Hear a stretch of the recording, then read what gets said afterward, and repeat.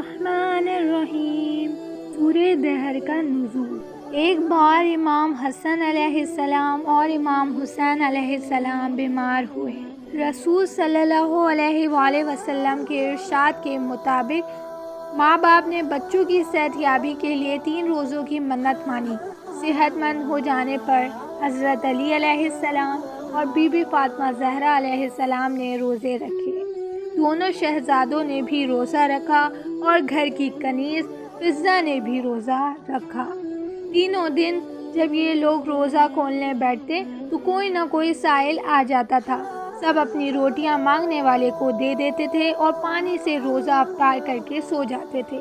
چوتھے روز جب آپ صلی اللہ علیہ وآلہ وسلم ملنے آئے تو کمزوری اور بھوک کی شدت سے دونوں شہزادے کانپ رہے تھے۔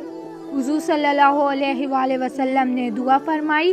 اس وقت جنت سے سب کے لیے کھانا آیا اور خدا نے سورہ دہر بھی نازل فرمائی، جس میں اہل بیت علیہ السلام کے اس احسان و قربانی اور خیرات کی بہت تعریف کی گئی۔